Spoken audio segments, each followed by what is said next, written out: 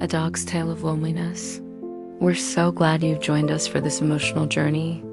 Before we begin, please take a moment to subscribe to the channel if you haven't already, and let us know in the comments where you're listening from. Your support means the world to us. Now, settle in, get comfortable, and let's dive into Buster's story. Buster was a dog of sunshine and laughter, a golden retriever whose very presence seemed to warm the air around him. His days were a symphony of joyful barks, the rhythmic thud of a wagging tail against the polished hardwood floors, and the comforting scent of his family, the Millers. There was Mr. Miller, whose booming laugh always meant a vigorous belly rub. Mrs. Miller, who meticulously prepared his meals and whispered sweet nothings into his floppy ears. And then there were the twins, 8-year-old Lily and Tom, whose boundless energy matched his own. Their home, a charming 2-story house nestled on a tree-lined street, was a sanctuary of love and routine. Mornings began with the tantalizing aroma of sizzling bacon, a scent that never failed to pull Buster from his slumber. He'd bound down the stairs, his paws clicking a familiar rhythm to greet the waking household. Breakfast was a communal affair, with Buster patiently waiting for his own bowl, occasionally catching a rogue crumb that escaped Tom's enthusiastic eating. Afternoons were a blur of fetch in the sprawling backyard, chasing squirrels up oak trees and napping under the shade of the old maple. The twins chatter a soothing lullaby in the background. Evenings brought quiet companionship, Buster curled at Mrs. Miller's feet while she read, or leaning against Mr. Miller's leg as he watched television, the soft murmur of their voices a constant, reassuring presence. Life for Buster was a tapestry woven with threads of warmth, security, and unwavering affection. He knew no other existence, nor did he ever imagine one. The Miller house was his world, and his world was perfect. He was a creature of habit, thriving on the predictability of his days, the unwavering love of his humans. Every glance, every touch, every word spoken to him was a reaffirmation of his place in their lives. He was not just a pet. He was a family member, an integral part of their daily rhythm, their joy, their everything. Lately, however, a subtle shift had begun to ripple through the otherwise placid waters of their existence. The house, once alive with constant activity, occasionally fell silent for longer stretches. Whispers replaced hearty conversations, and Buster, with his keen canine senses, detected a faint undercurrent of unease. Suitcases, once reserved for the annual summer vacation, appeared in the hallway, then disappeared, only to reappear a few days later, slightly larger. Boxes, sealed with tape, began to stack up in the corners of rooms, their contents unknown, yet their presence hinted at change. Buster, loyal and trusting, didn't fully grasp the implications of these changes. He sensed a shift in the emotional landscape of his humans, a tightening in their shoulders, a faraway look in their eyes, but he attributed it to the inexplicable complexities of the human world. He nudged their hands with his wet nose, offering silent comfort, a steady presence amidst their unspoken anxieties.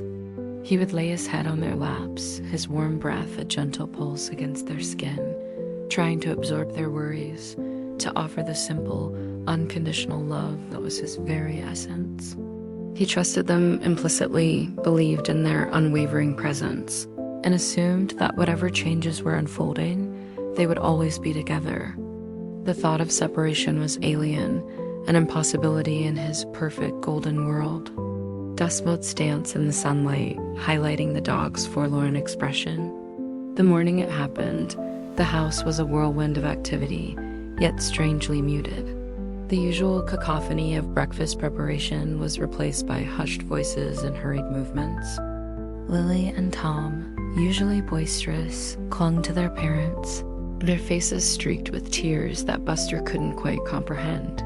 He moved between them, his tail giving tentative, questioning wags, nudging their hands, seeking reassurance.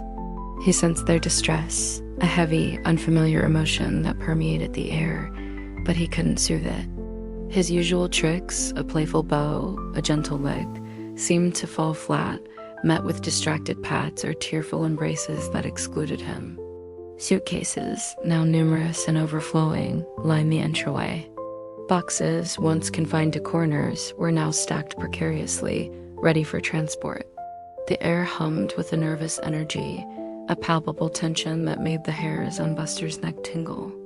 He watched, confused, as the Millers moved around him, gathering last-minute items, their goodbyes to each other laden with a finality that he couldn't process. Then came the moment. Mrs. Miller knelt, her eyes red-rimmed, and wrapped her arms around him in a tighter embrace than usual. "Oh, Buster," she whispered, her voice thick with emotion. "You be a good boy. We'll be back for you, sweetheart. Just a little while." Mr. Miller ruffled his fur, his smile strained, and Tom and Lily buried their faces in his neck, their sobs echoing in the sudden silence. Buster licked their faces, tasting salt, and tried to convey his boundless love, his unwavering devotion. He didn't understand the words, but he understood the sorrow.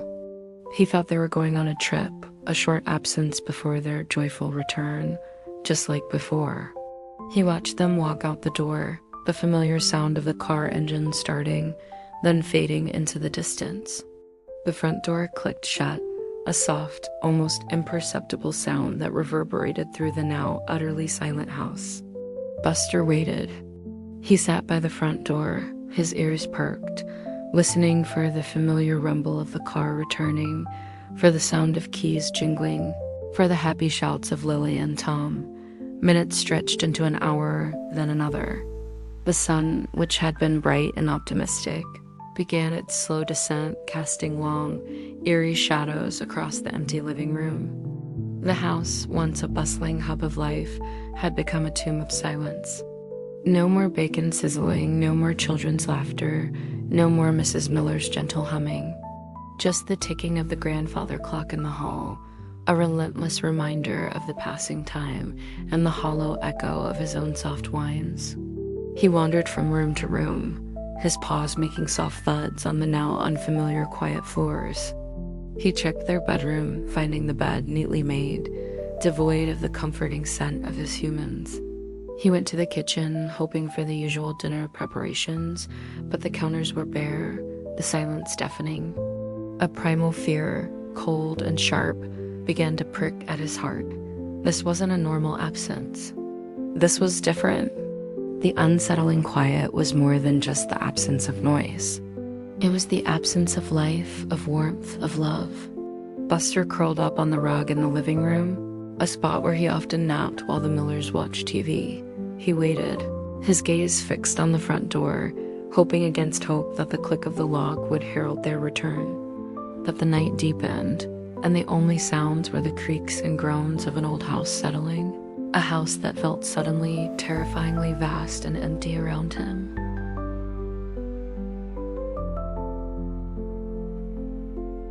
The first few days were a blur of confusion and desperate hope. Buster maintained his vigil by the front door, a silent sentinel waiting for a return that never came. He'd paced the house, sniffing at familiar objects, trying to find lingering traces of his family's scent, a phantom comfort that only intensified his loneliness. He barked sometimes, a sharp, questioning sound that bounced off the silent walls, only to die out, unanswered. The silence, initially unsettling, slowly morphed into a suffocating presence. Hunger, at first a mild grumble, began to gnaw at him with increasing intensity. His food bowl, usually refilled twice a day, remained stubbornly empty. He nudged it with his nose, then pawed at it, a desperate plea to an absent provider. Thirst, too, became a constant companion. The water bowl, once sparkling clean, was now a dry, dusty disk. He discovered the running faucet in the kitchen, but for a dog, operating it was an impossible feat. He looked at condensation on windows, desperate for any moisture. The house, once a haven of warmth, began to feel cold and unfamiliar.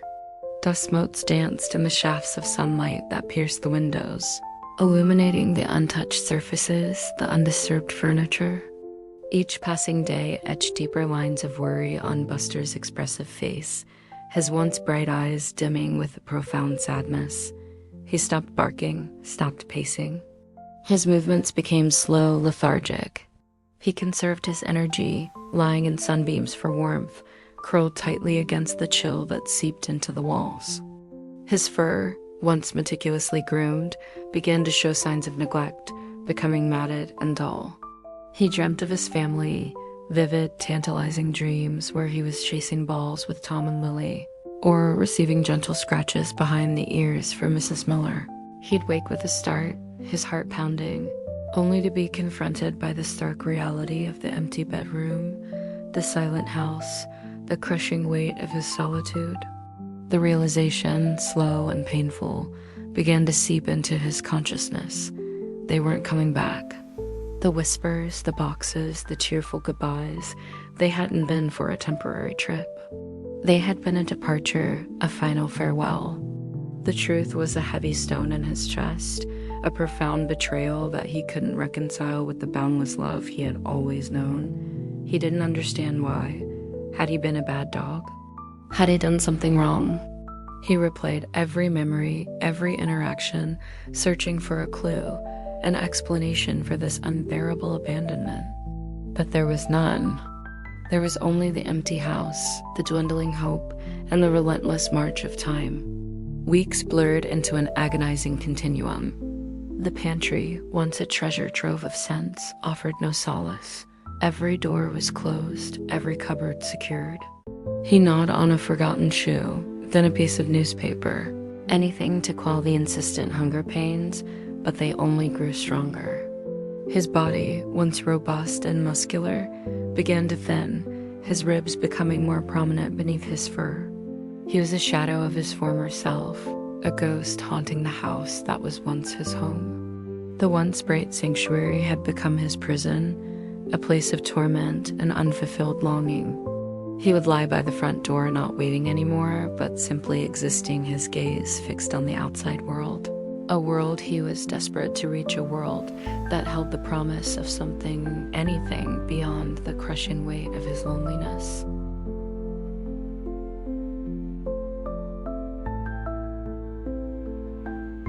The house, once filled with the vibrant energy of the Miller family, now stood as a silent monument to Buster's loss. Each room, each hallway, held a ghost of a memory, a faint echo of the life that had once thrived within its walls. In the living room, he'd lie on the worn rug, his head resting on his paws, and almost hear the happy shouts of Lily and Tom as they played board games, their laughter light and infectious. He remembered Mr. Miller's deep chuckle resonating from his favorite armchair, a sound that always meant a friendly scratch behind the ears or a shared moment of quiet companionship. The kitchen, once a hub of activity, was now a sterile space, devoid of the tantalizing smells of Mrs. Miller's cooking. He remembered the clatter of pots and pans, the gentle hum of the refrigerator, the whispered conversations between his humans as they prepared meals. He'd recall sitting patiently, eyes fixed on Mrs. Miller, hoping for a dropped morsel, a small reward for his unwavering loyalty. Now, the only sound was the drip of a leaky faucet, a monotonous rhythm that underscored the profound emptiness. The backyard, once his playground, was now overgrown, the grass reaching for the sky in untamed abandon. He remembered chasing the frisbee, his powerful legs pumping, the joy of catching it midair, returning it triumphantly to Tom or Lily. He could almost feel the cool spray of the garden hose on a hot summer day, or the comforting shade of the old maple tree where he'd nap. His dreams filled with endless games of fetch. These memories, once sources of comfort, now served as sharp, poignant reminders of what he had lost. They were like flickering flames in the encroaching darkness, illuminating the stark reality of his solitude, making the present desolation even more unbearable. He would often find himself standing in the center of a room, head cocked, as if listening for a sound that wouldn't come. He'd sniff at the faint scent of Lily's perfume on a discarded scarf, or the lingering smell of Tom's dusty sneakers by the door. These olfactory ghosts were almost more painful than the visual emptiness, teasing him with the proximity of what was gone. One afternoon, a sudden gust of wind rattled the windows, causing an old framed photograph on the mantelpiece to fall to the floor, face down. Buster, startled, nudged it with his nose. It was a picture of the Miller family, all smiling brightly, with a younger, happier Buster nestled at their feet, his tail a blurry streak of joy. He stared at it, his eyes clouded with a profound sadness, as if trying to understand the paradox. How could such happiness exist and then simply vanish? He lay beside the photograph for hours, his gaze fixed on the smiling faces, trying to conjure them back into existence. To rewind time to when this image was a living reality, not a cruel reminder. The echoes of laughter were a torment, a siren song of what was, what should be, and what would never be again. They were the constant whispers of a love that had abruptly ceased, leaving him adrift in a sea of silence. His world had not just changed. It had shattered, and he was left picking up the shards, each one a painful memory, reflecting the image of a lonely, abandoned dog. The house, his once cherished home, had become a mausoleum of memories, and he, its sole grieving inhabitant. He knew with a certainty that chilled him to the bone that he could not stay. The ghosts of his past were too strong, the present too unbearable. He needed to escape, to find a way out of this gilded cage of sorrow, to seek a future, however uncertain, beyond these haunted walls.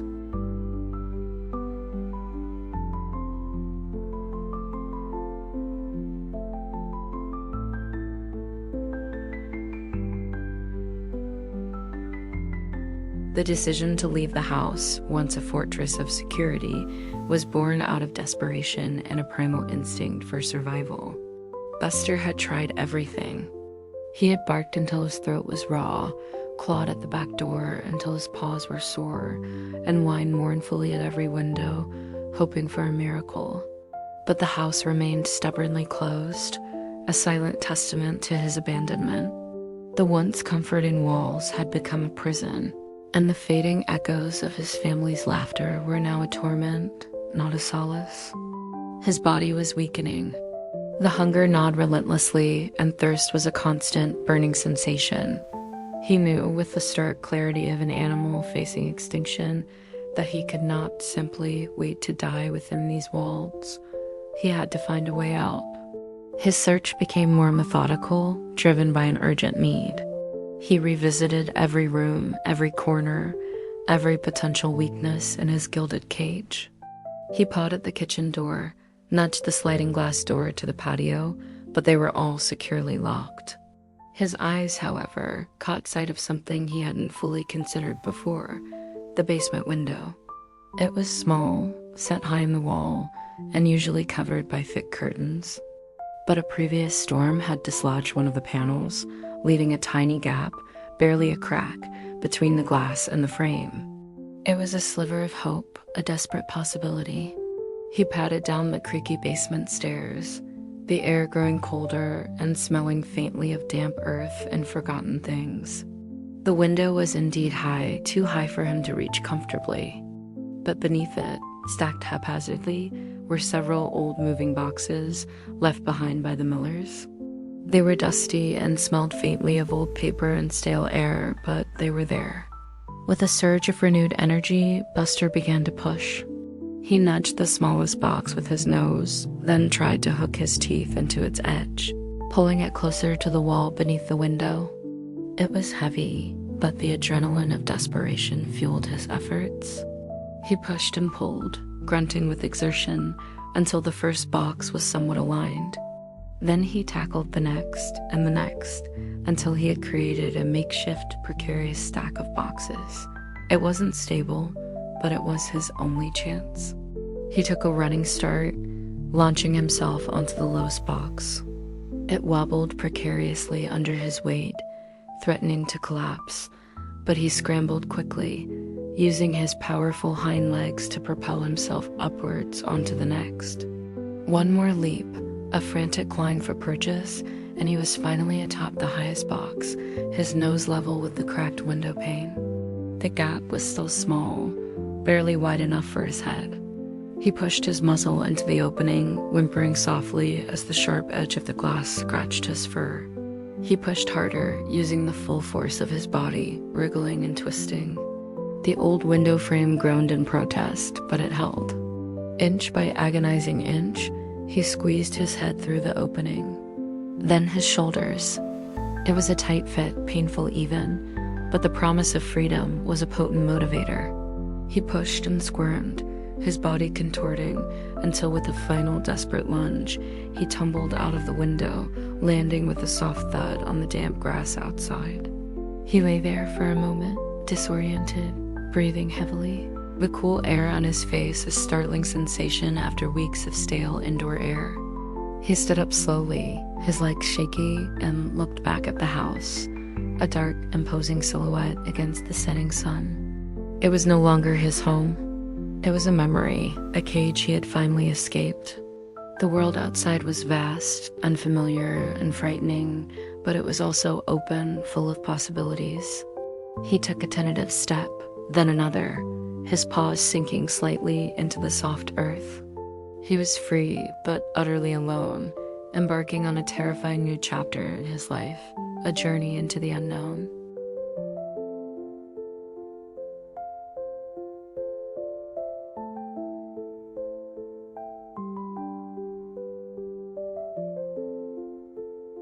The first breath of fresh air outside the Miller's house was a complex mixture of relief and overwhelming terror for Buster. The world, once viewed through the safe confines of a window, was now an immense sensory assault. The smells were dizzying: damp earth, distant car exhaust, a faint, intriguing scent of other animals, and the underlying aroma of unfamiliar human activity.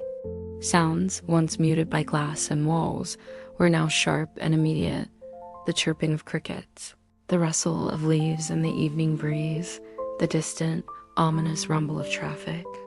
He stood frozen for a long moment, his senses overloaded, his body trembling from the exertion of his escape and the sheer magnitude of his new reality. The familiar, albeit empty, house behind him was a known quantity. The world before him was a terrifying blank slate. He took a tentative step, then another, his paws feeling the unfamiliar texture of grass, then cool concrete. The streetlights flickered on, casting long, distorted shadows that danced and swayed with every passing car. Each shadow seemed to lengthen, to twist into menacing shapes, and Buster instinctively cowered, his tail tucked low. He stuck to the edges of yards, moving slowly, cautiously, his head held low, his eyes darting nervously. Every rustle in the bushes, every sudden gust of wind, sent a jolt of fear through him. He was no longer the pampered house pet, protected and provided for. He was an outsider, a vulnerable creature in a world that seemed indifferent, if not hostile. He heard the distant bark of a dog, a sharp, territorial sound that made him flinch. His natural instinct was to respond, to engage, but something held him back. This wasn't a friendly playmate. This was a warning, a claim of territory. He skirted around a fence, keeping his distance, learning quickly that not all canine encounters would be friendly. Humans, too, were a source of apprehension. He saw figures moving in the windows of other houses, heard their voices, caught glimpses of them walking their own dogs on leashes. His instinct was to approach, to seek comfort, to offer a friendly wag of his tail. But a deep-seated fear, born of his abandonment, held him captive. He remembered the last time he had trusted humans implicitly and the pain that followed. He kept his distance, hiding behind bushes or cars whenever he saw someone approaching, his heart pounding in his chest. He was learning, quickly and brutally, the rules of this new existence. Trust no one, stay hidden, survive. As the night deepened, a cold chill seeped into his bones. He found a relatively secluded spot under a dense bush in someone's backyard, hidden from the streetlights. He curled into a tight ball, trying to make himself as small as possible to disappear into the darkness. The ground was hard and cold, a stark contrast to his soft dog bed. Sleep was elusive, broken by every unfamiliar sound, every rustle of leaves. His stomach rumbled with a persistent ache, a constant reminder of his desperate situation. He longed for the warmth of his old home, for the comforting presence of his family, for the security he had once taken for granted. But those were memories, ghosts of a past that was forever out of reach. He was free, yes, but this freedom was a heavy burden, a terrifying responsibility he had never asked for. He was alone, truly alone, facing a vast and unforgiving world with nothing but his instincts and a rapidly fading hope. The first taste of freedom was bitter, laced with the sharp tang of fear and loneliness. He was a survivor now, whether he wanted to be or not.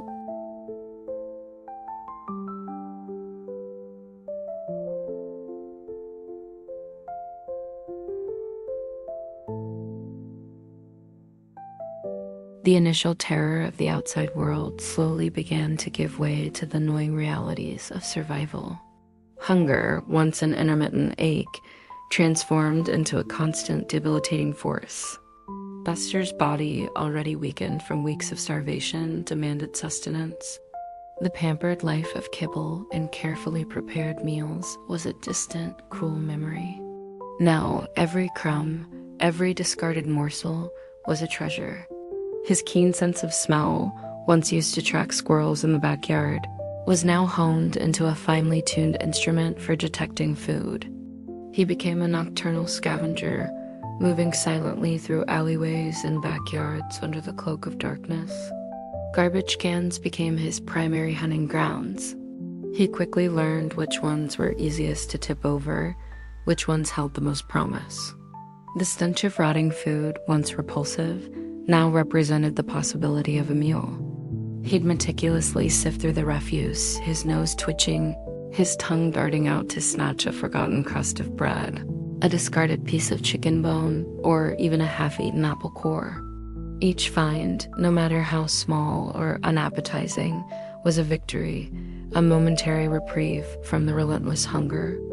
He learned to be wary, to avoid the clatter of metal lids and the sudden illumination of porch lights.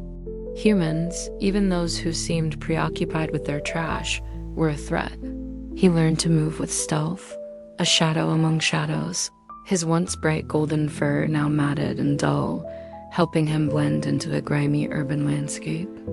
Other animals also presented challenges. Raccoons, agile and territorial, often competed for the same scraps, their beady eyes glinting in the darkness. Stray cats, quick and cunning, would hiss and spit, defending their meager finds. Buster, once a friendly and sociable dog, found himself constantly on edge, his hackles rising at the slightest provocation, ready to defend his precious discoveries. Water was another constant struggle. He sought out puddles after rain, lapped at condensation on car windows, or, if desperate, risked approaching the trickling stream in the local park, always keeping an eye out for humans or other animals. The simple act of quenching his thirst, once taken for granted, was now a dangerous mission. Days were spent hiding, conserving energy, sleeping fitfully in secluded spots, under parked cars, in dense bush, or in abandoned sheds. The sun, once a source of warmth and joy, now felt like an unwelcome spotlight, exposing his vulnerability. He learned to read the subtle cues of his surroundings, the shifting shadows that indicated approaching footsteps, the distant rumble of a delivery truck, the sudden silence that often preceded a human appearance. Every instinct was geared toward survival. His once trusting nature had been replaced by a hardened wariness. The world had taught him a harsh lesson. He was alone, and he had to fight for every breath, every meal, every moment of safety. His body grew leaner, his movements more efficient, stripped of any unnecessary flourish. His mind, once filled with thoughts of playtime and affection, was now a constant calculation of risk and reward, of danger and opportunity. He was no longer Buster, the beloved family pet. He was a survivor, a ghost of his former self. Navigating a hostile world, his spirit hardened by the relentless struggle for existence. Yet, even in this harsh new reality, a flicker of something persisted deep within him. A memory of warmth, a ghost of a touch. A whisper of love that refused to be entirely extinguished, even as his body grew weaker and his hope dwindled.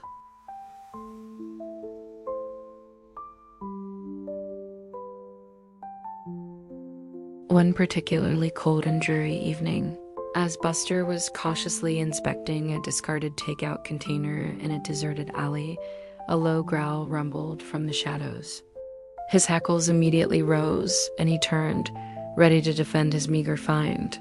Out of the gloom emerged a scruffy, medium-sized terrier mix, its fur matted and stained, one ear torn, and an unmistakable air of street-hardened defiance in its posture. This dog, whom Buster would later come to know as Patch, had eyes that held both caution and a flicker of something surprisingly gentle. Buster braced himself for a fight, a common occurrence in his new, brutal world, but Patch didn't lunge. Instead, it stopped a few feet away, sniffed the air, and then lowered its head slightly, a subtle signal of non-aggression. Buster, surprised by this unexpected gesture, mirrored the posture, his own growl softening into a hesitant whine. Patch cautiously approached the container, nudged it with its nose, then looked at Buster. It was an unspoken question, a silent negotiation over a shared resource. Buster, against his survival instincts, stepped back a fraction, allowing Patch access. Patch ate quickly, but not greedily, occasionally glancing up at Buster as if to acknowledge his silent permission.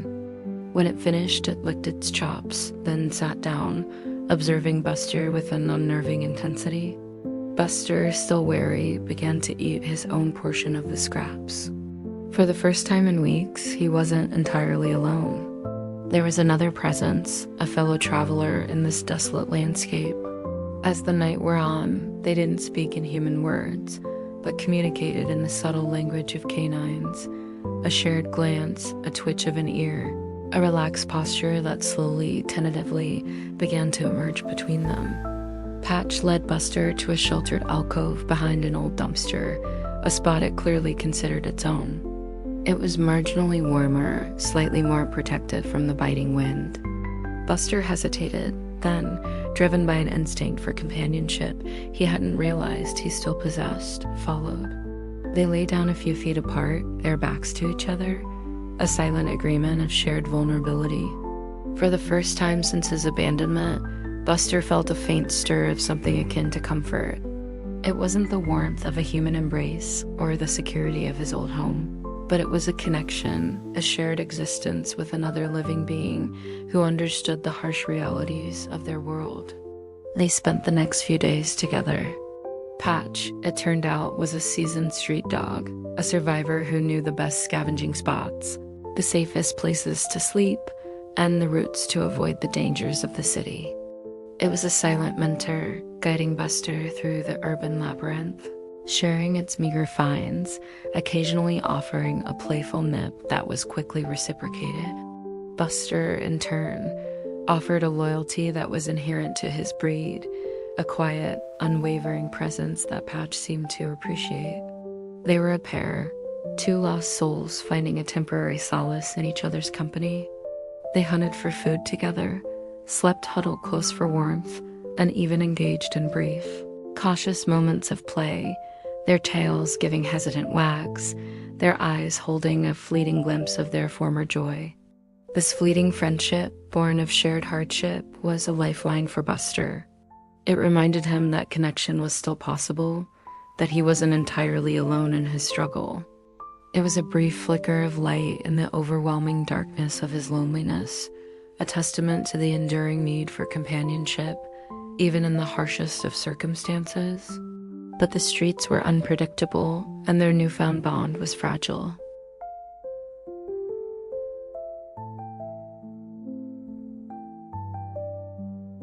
The bond between Buster and Patch, though strong, was a delicate one, susceptible to the whims of the street.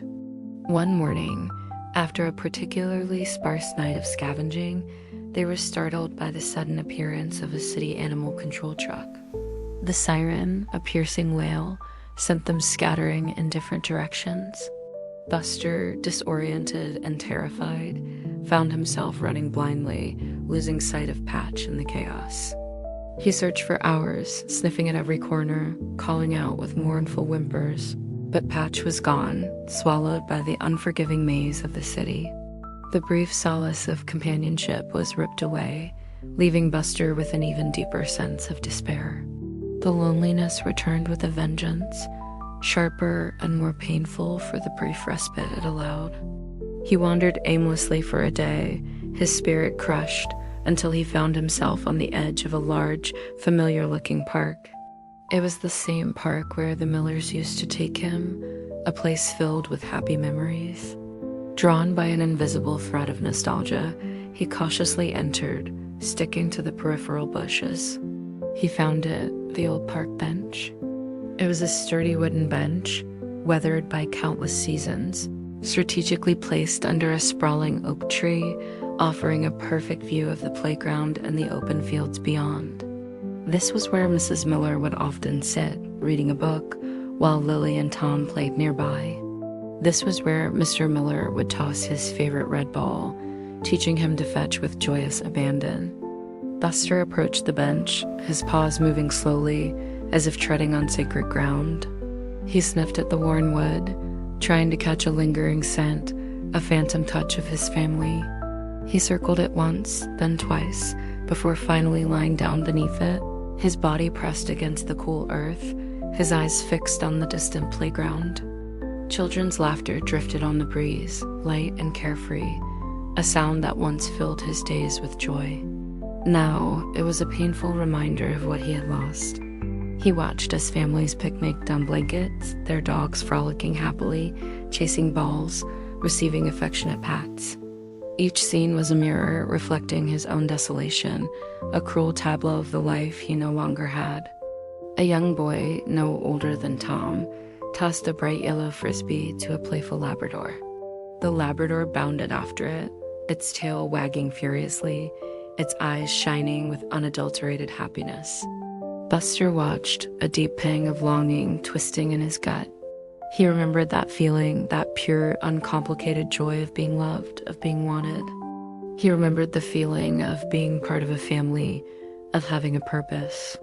He closed his eyes, trying to conjure the image of Lily and Tom, their faces bright with laughter, their hands reaching out to pet him.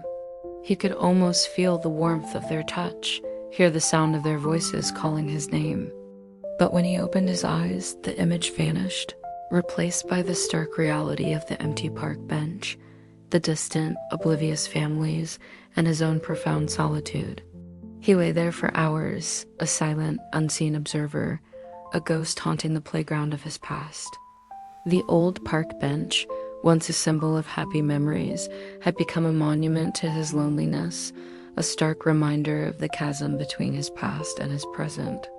It was a place where he could almost taste the love he had lost, a place where the echoes of laughter were the loudest and the pain of abandonment the most acute. A golden retriever dog, Buster, looking out a window of a once grand but now empty house. The serene, yet heartbreaking, afternoon at the park bench was abruptly shattered by a dramatic shift in the weather. Dark, ominous clouds began to gather on the horizon, swiftly swallowing the bright blue sky. A sudden, chilling gust of wind swept through the park, rustling the leaves violently and sending discarded papers scattering. Buster, still beneath the bench, felt an instinctive dread settle over him. He had faced rain before, but this felt different, more menacing. The air grew heavy, charged with an electric tension. The distant rumble of thunder, initially a faint murmur, grew louder, more insistent, shaking the very ground beneath him. He knew he needed shelter, and fast. Panicked, he scrambled out from under the bench, looking frantically around for any place of refuge. The park, once dotted with families, was now rapidly emptying, people rushing to their cars, their laughter replaced by hurried shouts. He tried to follow a group of retreating park goers, hoping to find a shared shelter, but his fear and their speed meant he was quickly left behind. The first drops of rain began to fall, fat and cold, splattering on his fur. Then came the deluge. The sky opened up, releasing a torrent of water that instantly soaked him to the bone. Lightning flashed, illuminating the park in stark, terrifying flashes followed by deafening claps of thunder that made him whimper and cower. He ran blindly, his paws slipping on the wet grass, his vision obscured by the sheets of rain. He was no longer thinking about hunger or loneliness, only about finding cover from this overwhelming assault. He darted under a large, dense bush, but it offered little protection. The rain seeped through the leaves, dripping relentlessly onto his head and back. He tried a small, abandoned shed at the edge of the park, but the door was boarded shut, an impenetrable barrier. The wind howled, a mournful, relentless sound that seemed to mock his vulnerability. His body shivered uncontrollably, not just from the cold, but from the profound terror of being exposed, alone, to the raw power of nature. He remembered the comfort of his old home during a storm, curled up on the rug, the sound of rain, a gentle patter against the windows, the reassuring presence of his family. Now, there was no warm hearth, no comforting hand, only the cold, wet, terrifying embrace of the storm. He found himself huddled against the base of a massive oak tree, its thick trunk offering some minimal respite from the wind, though the rain still poured down around him. He pressed himself as close as possible, his heart pounding a frantic rhythm against his ribs. He closed his eyes, trying to block out the flashes and the thunder, trying to make himself disappear. Tears, or perhaps just rainwater, streamed down his face. He felt utterly helpless, a tiny, insignificant creature at the mercy of forces far beyond his control. The storm was a physical manifestation of his inner turmoil, the chaos and despair that had become his constant companions. It stripped away any lingering sense of resilience, leaving him feeling utterly broken and alone. He longed for an end to it all, for the storm to pass, for the cold to recede, for the crushing weight of his loneliness to lift, even for a moment. He was just a dog, a good dog who had lost everything, and now he was facing the wrath of the sky, with no one to comfort him, no one to protect him. He was truly, utterly alone against the storm.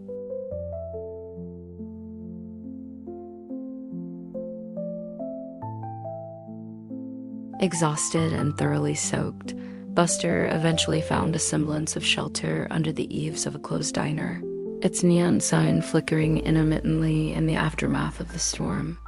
He shivered uncontrollably, his body aching, his fur plastered to his skin.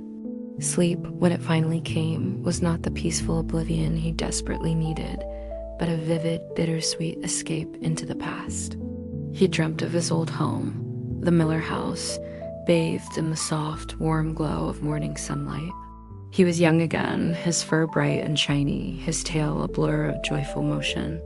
He heard the familiar clatter of bowls in the kitchen, the tantalizing aroma of bacon drifting from beneath the door. Mrs. Miller's gentle voice called his name, her tone full of affection, and he bounded down the stairs, his paws clicking a joyous rhythm on the polished wood. Lily and Tom were there, their faces bright with laughter, their hands reaching out to ruffle his ears, to throw his favorite squeaky toy. He chased after it, his powerful legs pumping, the wind in his fur, a feeling of pure, unadulterated happiness coursing through him. He was safe, he was loved, he was home. He dreamt of long, lazy afternoons napping in the sun-drenched living room, curled up at Mr. Miller's feet, feeling the steady rhythm of his breathing, the comforting weight of his hand resting on his back. He dreamt of evening walks in the park, the leash a familiar and reassuring connection to his humans, the world of vibrant tapestry of scents and sounds, all explored with the secure knowledge that he was not alone. In his dream, the loneliness, the hunger, the fear, all of it was gone, replaced by the boundless joy of his former life. He was surrounded by the familiar sense of his family, the comforting sounds of their voices, the warmth of their touch. He was exactly where he belonged, a cherished member of a loving pack. The dream was so real, so vivid, that he could almost taste the kibble in his bowl, feel the soft texture of his dog bed, hear the comforting creak of the floorboards as Mrs. Miller walked by. It was a perfect illusion, a powerful balm to his weary soul. But then a sudden gust of wind, a distant car horn, or perhaps just the relentless ache in his stomach would begin to fray the edges of the dream. The colors would subtly dim, the sounds would soften, and the figures of his family would begin to recede, their forms becoming translucent, ghost-like. He'd whimper in his sleep, trying to hold on to the fading images, to pull them back into focus, to prolong the brief reprieve from his harsh reality. And then, with a jolt, he would wake. The diner sign would still be flickering, casting an eerie glow on the damp alleyway. The cold, hard concrete would be digging into his bony frame. The pervasive smell of city grime and stale food would replace the comforting aromas of home. The silence, broken only by the distant hum of the city, would return, a heavy blanket of solitude. The contrast between the dream and reality was a brutal blow, each awakening a fresh agony. The memory of his happy past, once a comfort, now felt like a cruel trick, a reminder of the unbearable chasm between what he had and what he had lost. He would lie there for a long time after waking, staring into the darkness, the lingering warmth of the dream, a painful phantom sensation. The dreams of home, though beautiful, were a double-edged sword, a brief escape, but also a stark reminder of the relentless reality of his abandonment. Each morning, he awoke to the harsh truth, the world outside waiting, indifferent and unforgiving.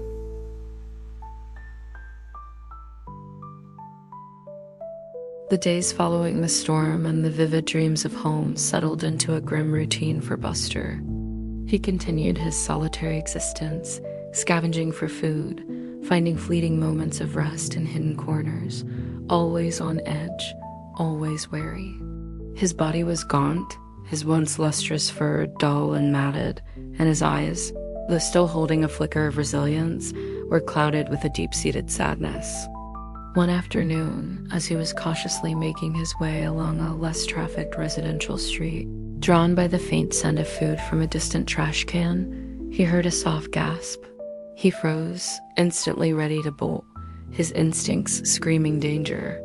A woman stood on her porch, watering her flowers, her movements gentle and unhurried.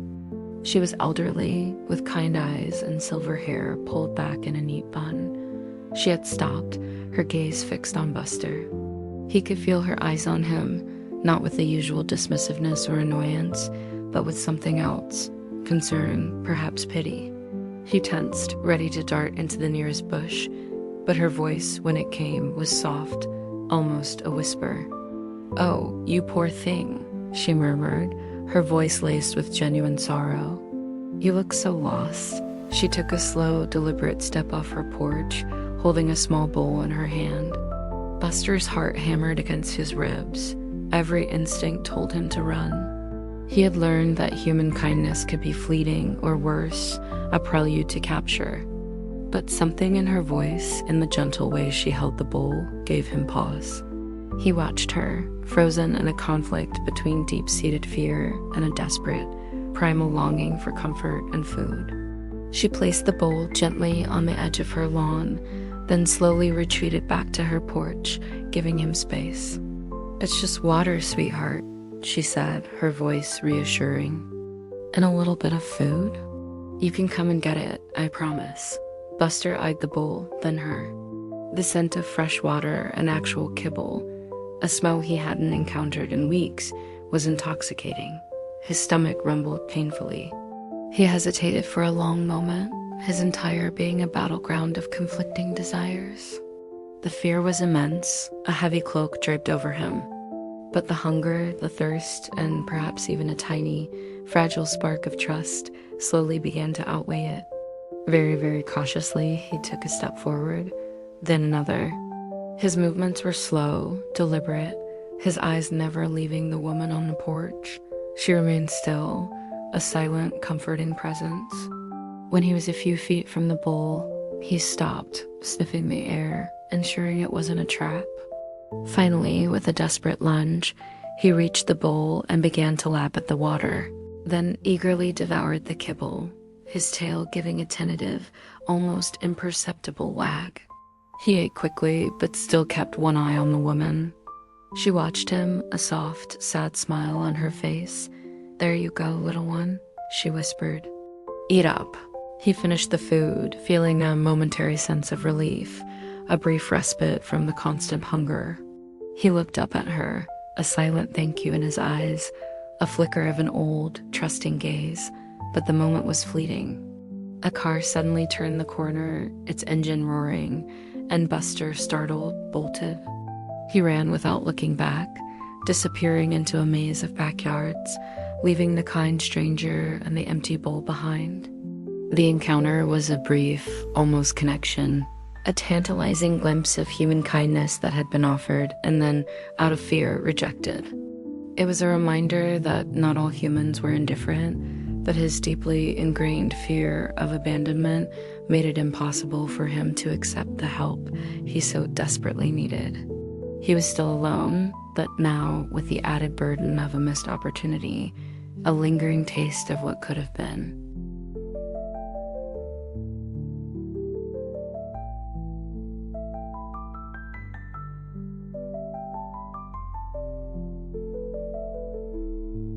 The encounter with the kind stranger, though brief, stirred something unsettling within Buster. It was a reminder of the world he had lost, a world where kindness existed. But it also reinforced his deep-seated fear. The city, with its constant noise, its unpredictable humans, and its fierce competition for resources, felt increasingly hostile. He yearned for a quieter place, somewhere less crowded, less dangerous, a place where he might find a semblance of peace. Driven by this new instinct, Buster began to move away from the dense urban sprawl. He followed the faint scent of open fields and cleaner air, gradually leaving behind the familiar landmarks of the residential areas. His journey was slow and arduous, marked by cautious steps and frequent pauses to assess his surroundings. He navigated busy roads by waiting for long breaks in traffic, his heart pounding, then darting across with desperate speed. He skirted industrial zones, the metallic clang and roar of machinery jarring his sensitive ears. He avoided parks, which, despite their green spaces, often meant more humans and other territorial dogs. His path took him along railway lines, through overgrown vacant lots, and along the dusty edges of forgotten access roads. Each step was a testament to his resilience, his unwavering will to survive. The cityscape slowly began to thin out. Tall buildings gave way to smaller structures, then to scattered houses with larger yards. The continuous hum of traffic softened to the occasional rumble of a passing car. The air grew cleaner, carrying the scent of rich earth, distant farms, and wild vegetation. He saw fewer people, fewer other dogs. The solitude, which had once been a crushing burden, now felt like a fragile shield, offering a measure of safety from the unpredictable chaos of the city. He found a new routine in this transitional landscape. Scavenging was still necessary, but the pickings were different. Instead of overflowing garbage cans, he found discarded fruit from trees, the occasional forgotten lunchbox in a construction site, or scraps left by picnickers in more remote areas. Water was easier to find too in natural streams and ditches, though he still approached them with caution, always on the lookout for danger. His body, though still lean, gained a certain wiry strength from the constant walking and the relentless struggle. His senses sharpened further, his hearing picking up the faintest rustle of leaves, his nose detecting scents from incredible distances. He was becoming a creature of the wild, adapted to the fringes of human civilization. As he moved further out, the landscape opened up. Vast fields stretched out before him, their crops swaying gently in the breeze. Distant farmhouses appeared on the horizon, tiny specks against the sprawling canvas of the land. The sun felt different here, warmer, less obstructed by concrete and steel. He found a quiet spot under a bridge spanning a narrow river, a hidden sanctuary where he could rest without constant fear of discovery. From there, he watched the changing world, a silent observer of the slow transition from urban jungle to rural expanse.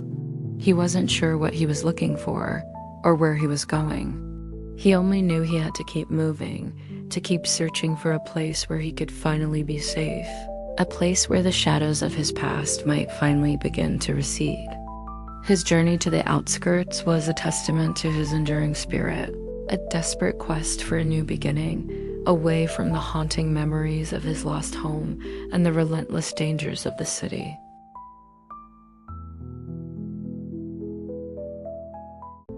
Beyond the last scattering of houses and the expansive fields, the landscape transformed once more, giving way to dense, ancient woods. For Buster, this was an entirely new world, a realm of primal scents and sounds, far removed from the asphalt and concrete he had grown accustomed to. The air here was cooler, carrying the rich, earthy smell of decaying leaves, damp soil, and the unmistakable aroma of wild animals. Towering trees, their branches interlaced to form a verdant canopy, filtered the sunlight into dappled patterns on the forest floor, creating a mosaic of light and shadow. The sounds were different too. The rustle of unseen creatures in the undergrowth, the chirping of birds, the distant hoot of an owl, all weaving a complex symphony that was both unsettling and strangely captivating. Buster entered the woods with a mixture of trepidation and curiosity. His instincts, honed by weeks of survival, were on high alert. This was a wilder place, a realm with its own set of rules and dangers. He moved cautiously, his nose to the ground, deciphering the myriad messages left by other inhabitants. The musky scent of deer, the sharp tang of fox, the faint, intriguing smell of rabbits. He learned to distinguish between the harmless rustle of a squirrel and the heavier tread of a larger predator. Finding food in the woods presented a different challenge. There were no garbage cans here, no discarded human scraps. He relied on his hunting instincts, sniffing out fallen berries, foraging for edible roots, and occasionally, with immense effort, managing to catch a small rodent or bird. It was a leaner diet, but a cleaner one, and the act of hunting itself brought a primal satisfaction he hadn't known before. Water was abundant, flowing freely in clear streams and hidden springs, a welcome relief from the often stagnant puddles of the city. He discovered secluded clearings bathed in sunlight, perfect for napping, and dense thickets that offered excellent cover from prying eyes and the elements. The woods, initially intimidating, slowly began to reveal their secrets, offering a new kind of sanctuary. Yet the woods also held dangers. He had a tense standoff with a wary fox, its amber eyes glinting with a wild intelligence. He learned to give wide berth to the territorial barks of coyotes in the distance.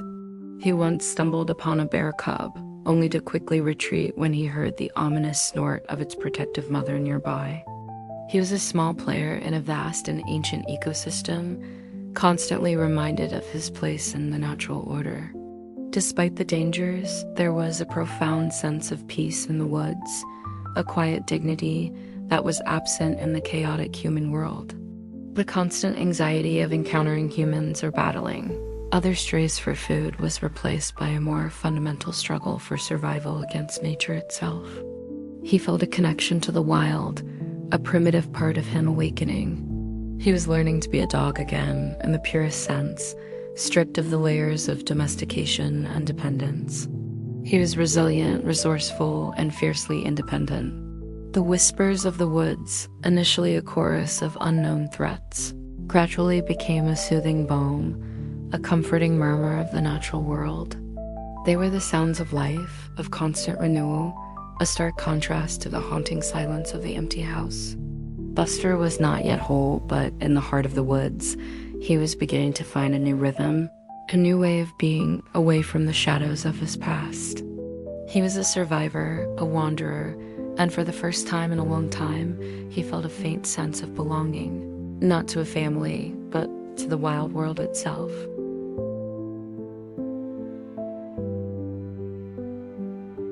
Weeks turned into months within the embrace of the sprawling woods. Buster, the once pampered golden retriever, had transformed into a lean, agile, and remarkably self-sufficient creature of the wild. His golden fur, though still matted in places, had regained a healthier sheen, strengthened by a diet of small game, wild berries, and the occasional discarded human food from the edge of the forest. His body, once soft and accustomed to luxury, was now taut with muscle, every movement precise and efficient. A new routine, born of necessity and instinct, dictated his days. Mornings began before sunrise, with Buster venturing out to hunt for breakfast. He learned the best spots for voles and field mice, the hidden paths where rabbits might cross, and the subtle signs of a bird's nest. The thrill of a successful hunt, the satisfaction of a full belly, became his primary rewards. He drank from the cool, clear streams that crisscrossed the forest, always alert for other animals or the rare human trespasser. Afternoons were for exploration and rest. He discovered a network of trails, both animal-made and human-forgotten, that wound through the dense undergrowth. He found perfect sun-dappled clearings for napping, his ears perked, always listening even in sleep. He learned to identify the different barks of other dogs in the distance, understanding which ones meant a threat and which were merely a friendly greeting. He learned the seasonal changes of the forest, where to find the ripest berries in summer, the best shelter from the biting winds in winter, and the safest den sites in spring. He became intimately familiar with the rhythms of nature, a silent observer of the constant cycle of life and death. His senses were incredibly sharp. He could detect the faint scent of rain hours before it fell, hear the distant approach of a car on a remote road, and see the subtle shift in a squirrel's tail that signaled its presence. He moved with a quiet grace, a natural hunter, a master of his environment. The loneliness, though never entirely absent, had evolved. It was no longer the sharp, searing pain of abandonment, but a dull, constant ache, a part of his existence. He still remembered his family, the warmth of their touch, the sound of their voices, but these memories were now tinged with a philosophical acceptance. He had survived. He was surviving. He had carved out a new life for himself, a life of independence and resilience. He found a primary den site, a small, dry cave hidden beneath a tangle of roots, offering protection from the elements and a sense of security.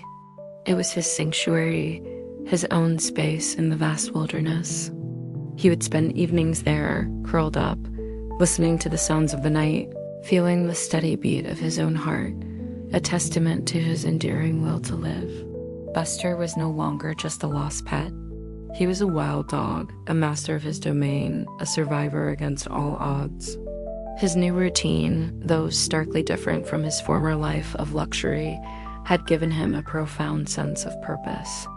He was a testament to the indomitable spirit of life, a creature who had lost everything but found a new way to thrive, alone, in the heart of the wild.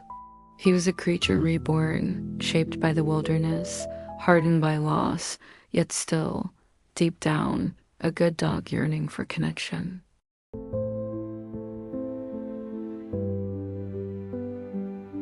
One crisp autumn morning, a new scent drifted on the wind, distinct from the usual earthy smells of the forest.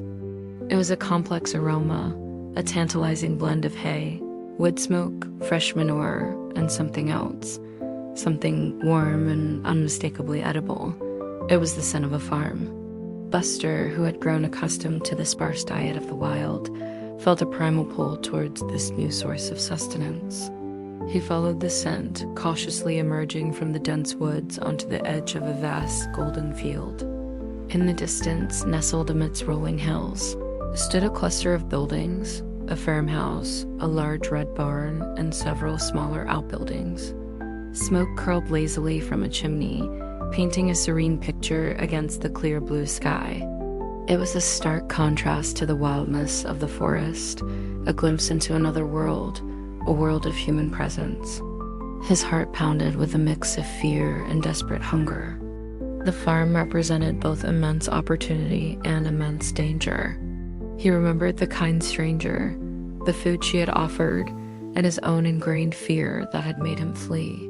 He had survived so long by avoiding humans, by being invisible.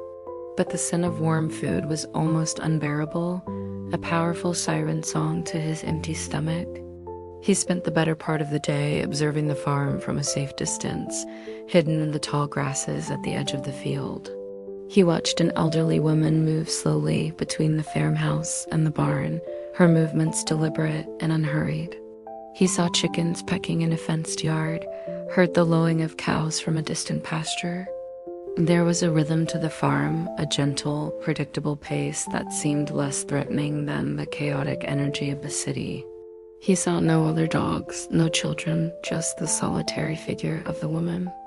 As evening approached, the woman disappeared into the farmhouse, and the farm settled into a quiet hum. A faint light glowed from the windows, and the delicious scent of cooking became stronger, almost overwhelming. Buster's stomach growled violently. He knew he had to try. Under the cover of dusk, he began his cautious approach. He moved slowly, his body low to the ground, using every patch of shadow and every clump of bush for cover. He circled the perimeter of the farm, assessing the fences, sniffing for any signs of other animals or traps. He found a small gap in a barbed wire fence at the back of the property, partially obscured by overgrown weeds. With a careful squeeze, he slipped through, his fur snagging slightly on the wire, but his determination overriding the discomfort. He was on the farm. He kept to the shadows, making his way towards the back of the farmhouse, where the scent of food was strongest.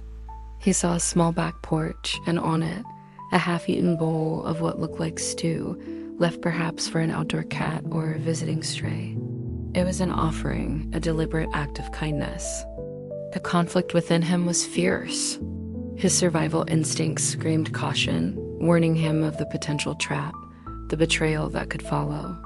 But the hunger, the overwhelming desire for a real meal, for warmth, for something other than the cold, hard reality of the wild, was almost unbearable.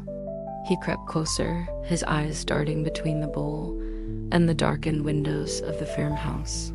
He could almost taste the savory broth. It was a gamble, a leap of faith into the unknown. But Buster, weary from his long journey and the relentless struggle, was ready to take it. He was at a crossroads, the wild behind him, and the tantalizing possibility of a different life just a few feet away.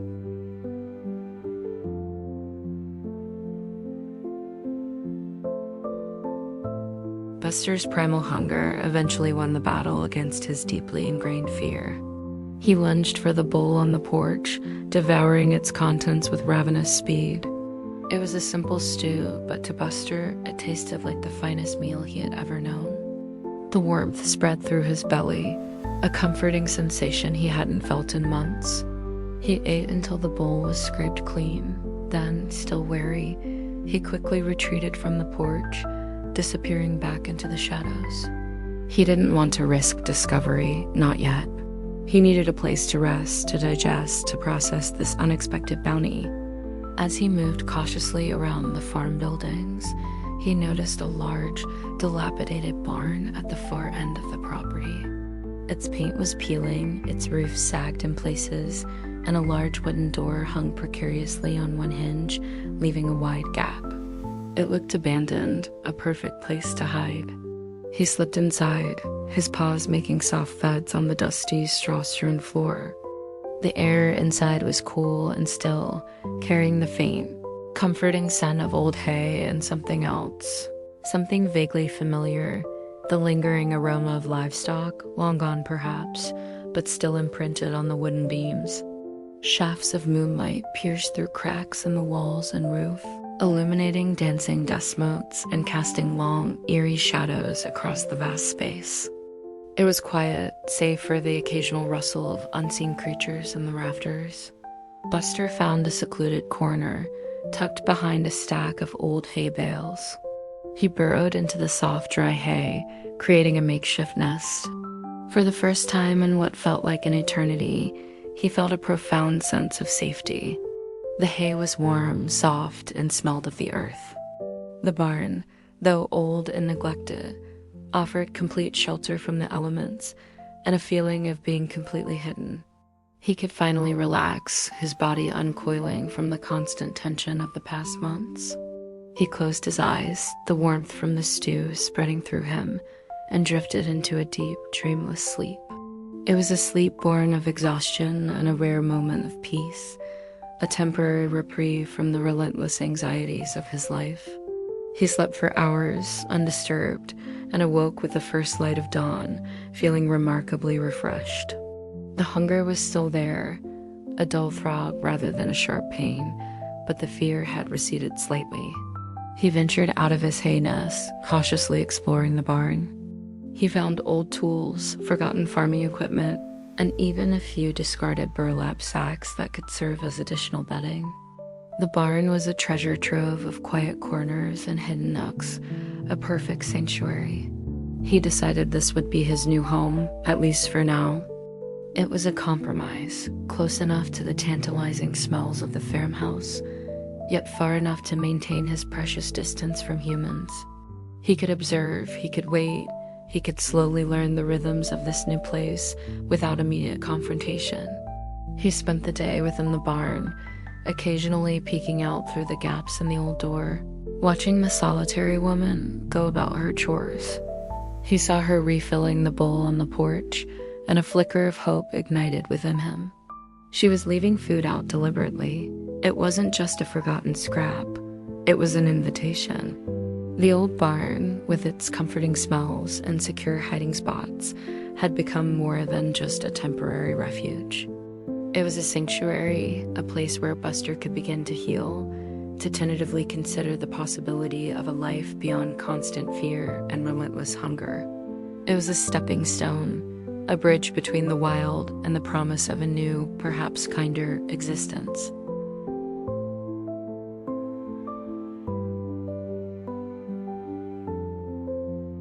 Days turned into a quiet, predictable rhythm for Buster within the confines of the old barn. He would emerge at dusk, cautiously approach the farmhouse porch, and devour the food and water the elderly woman, whom he began to think of as the gentle hand, consistently left out. He learned her routine. She would always leave the food out around the same time, then retreat indoors, giving him ample space and time to eat undisturbed. She never tried to approach him directly, never made sudden movements, a silent understanding passing between them. Buster, in turn, became bolder, though still wary. He no longer bolted at the slightest sound. He would sometimes linger on the porch for a few extra moments, sniffing the air, taking in the faint, comforting scent of her presence. He even allowed himself to be seen, a fleeting glimpse of a golden shadow disappearing around the corner of the barn, a silent acknowledgement of her kindness. One afternoon, as Buster was napping in his hay nest, a soft creak of the barn door startled him awake. His heart leaped into his throat, and he tensed, ready to bolt, his instincts screaming danger. But it wasn't a stranger. It was the gentle hand. She stood just inside the barn, a small bucket in one hand, her movements slow and deliberate. She saw him, partially hidden in the hay, but she didn't gasp or make any sudden move.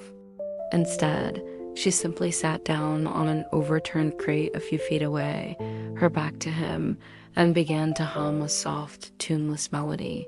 She wasn't looking at him, wasn't trying to lure him. She was just there. Buster watched her, his fear slowly giving way to a profound curiosity. Her presence was calm, soothing, entirely non-threatening. He could hear the gentle rhythm of her breathing, the soft hum of her song. He felt no malice, no desire to harm, only a quiet, steady warmth emanating from her. After a long while, she slowly turned her head, her kind eyes meeting his. She smiled, a gentle, understanding smile that crinkled the corners of her eyes. "Hello there, sleepyhead," she whispered, her voice soft and melodic.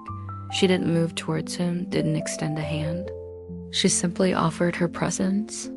Buster, against all his hardened instincts, did not run. He whimpered softly, a low, hesitant sound that conveyed both his fear and his longing. She continued to hum, her gaze steady and reassuring. Slowly, tentatively, he began to inch out of his hay nest, his eyes never leaving hers. He took a step, then another, until he was fully exposed, standing a few feet from her. He was still trembling, but a different kind of trembling, a tremor of hope, of possibility. She reached into her pocket and pulled out a small, dried piece of meat, placing it gently on the ground between them. "For you, sweetheart," she murmured. "No rush." Buster eyed the treat, then her. He could feel the warmth of her gaze, the unwavering patience in her eyes. He slowly approached the meat, snatched it up, and retreated a few steps, devouring it quickly. He looked back at her, and this time his tail gave a tiny, almost imperceptible wag. It was a fragile bridge, a tentative step across the chasm of his fear and abandonment. The gentle hand remained, a silent, comforting presence, offering not just food, but a promise of something more, a connection, a chance to trust again. This was not the miller's, but it was a hand, a gentle hand, reaching out to pull him from the shadows.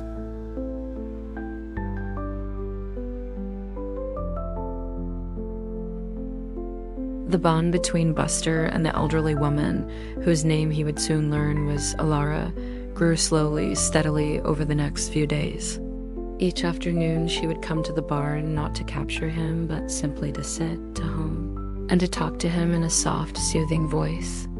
She would bring him treats, placing them gently on the ground, never forcing an interaction, always respecting his space. Buster, in turn, became less fearful, less skittish. He started to approach her more readily, accepting the treats with less hesitation. His tail, once a tightly tucked symbol of fear, began to give tentative, almost involuntary wags when he saw her. He even allowed her to sit closer, the warmth of her presence a comforting balm to his scarred heart.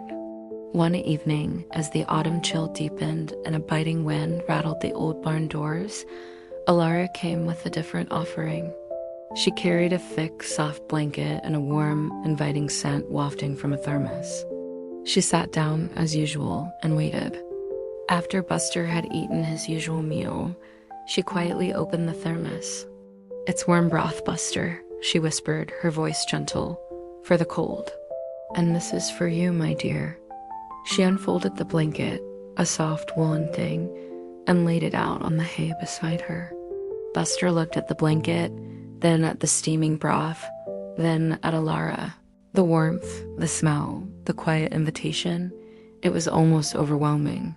He nudged the blanket with his nose, then, tentatively, lay down on it. It was incredibly soft, a stark contrast to the hard ground he had grown accustomed to. Alara smiled, a gentle, knowing smile. "Good boy," she murmured. She poured some broth into a small bowl and placed it near him. He lapped it up, the rich, savory warmth spreading through his body, chasing away the lingering chill. As the light faded, Alara didn't leave. Instead, she stayed, quietly humming, her presence a steady, comforting anchor in the gathering darkness. Buster, nestled on the warm blanket, felt a profound sense of peace settle over him. He was safe. He was warm. He was not alone. After a while, Alara slowly, carefully extended her hand. It moved towards him, not quickly, not aggressively, but with an agonizing slowness, giving him every opportunity to retreat. Buster flinched, his instincts screaming caution, but he held his ground. Her hand, gnarled with age but soft with kindness, eventually rested on his head, just behind his ears. It was a light touch, hesitant but firm. A tremor ran through Buster's body, a mixture of fear and an almost unbearable longing. He hadn't felt a human touch like this in what felt like a lifetime. It was familiar yet new, a connection to a past he thought was lost forever. He leaned into the touch, letting out a soft sigh, his body relaxing against the warmth of her hand. He closed his eyes, allowing himself to fully surrender to the moment, to the comfort, to the gentle, unwavering kindness. He was no longer just a stray, a survivor. He was Buster again, a dog receiving affection, a dog allowing himself to be loved. Alara continued to stroke his fur, her touch a silent promise of security and companionship. The old barn, once a place of refuge, was now transforming into a bridge, leading him out of the shadows and towards a new warm hearth, a new chance at a life he had believed was forever beyond his reach.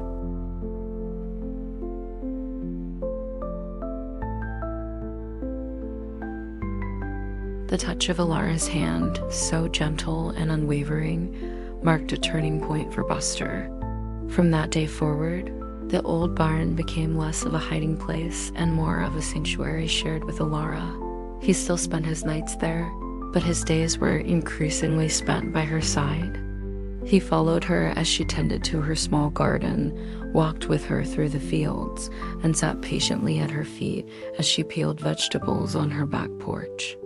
The quiet rhythm of farm life, guided by Alara's calm presence, slowly began to mend the deep wounds of his abandonment. One chilly evening, Alara opened the farmhouse door and gestured inside. "Come, Buster," she said, her voice soft. "It's too cold for you out there tonight. Come by the fire." Buster hesitated at the threshold, a lifetime of caution warring with a powerful longing for warmth and companionship. He remembered the empty house, the betrayal, the fear. But he also remembered Alara's gentle hand, her unwavering kindness. He looked into her eyes, saw nothing but love and invitation, and with a tentative step, he walked into the farmhouse. The warmth of the hearth immediately enveloped him, a comforting embrace after so many cold nights. The farmhouse was small, cozy, filled with the scent of wood smoke, old books, and freshly baked bread. A soft rug lay before the fireplace, and Buster, without prompting, curled up on it, feeling the blissful heat soak into his weary bones. He watched Alara knit in her armchair, the soft clicking of her needles a soothing lullaby. He was home. Not the Miller home, but a new home, a home filled with a different kind of love, a quiet, profound acceptance. He slept soundly that night, the soft crackle of the fire and Alara's gentle breathing a symphony of peace. Days turned into weeks, and Buster became an integral part of Alara's solitary life. He had his own soft bed by the fire, regular meals, and endless quiet companionship. He learned to trust again, to give his affection freely, to wag his tail with unreserved joy. His fur regained its full golden luster, his eyes sparkled with renewed life, and his once gaunt body filled out, strong and healthy. Yet the shadows of his past, though diminished, never entirely disappeared. The memory of the Millers, of their abrupt departure, remained a faint ache in his heart. Sometimes a sudden loud noise would make him flinch. A new face would bring a flicker of apprehension to his eyes, a reminder of the fragility of trust. Alara understood. She never pushed him, never forced him to forget. She simply loved him, patiently and unconditionally, allowing him to heal at his own pace. Buster had found a new beginning, a loving home with a kind soul who understood his silent language. He had learned that love could be lost, but it could also be found again in unexpected places with unexpected people. He carried the scars of his loneliness, but they were now overlaid with the warmth of Alara's affection, a testament to his incredible journey of survival and resilience. He was a dog who had been left with shadows, but he had also found light, a steady, gentle glow that promised to never fade. His tale was not just of loss, but of the enduring power of hope, trust, and the profound capacity of a lonely heart to open itself to love once more. He was Buster, the survivor, the beloved companion, forever grateful for the warm hearth and the gentle hand that had pulled him back from the brink.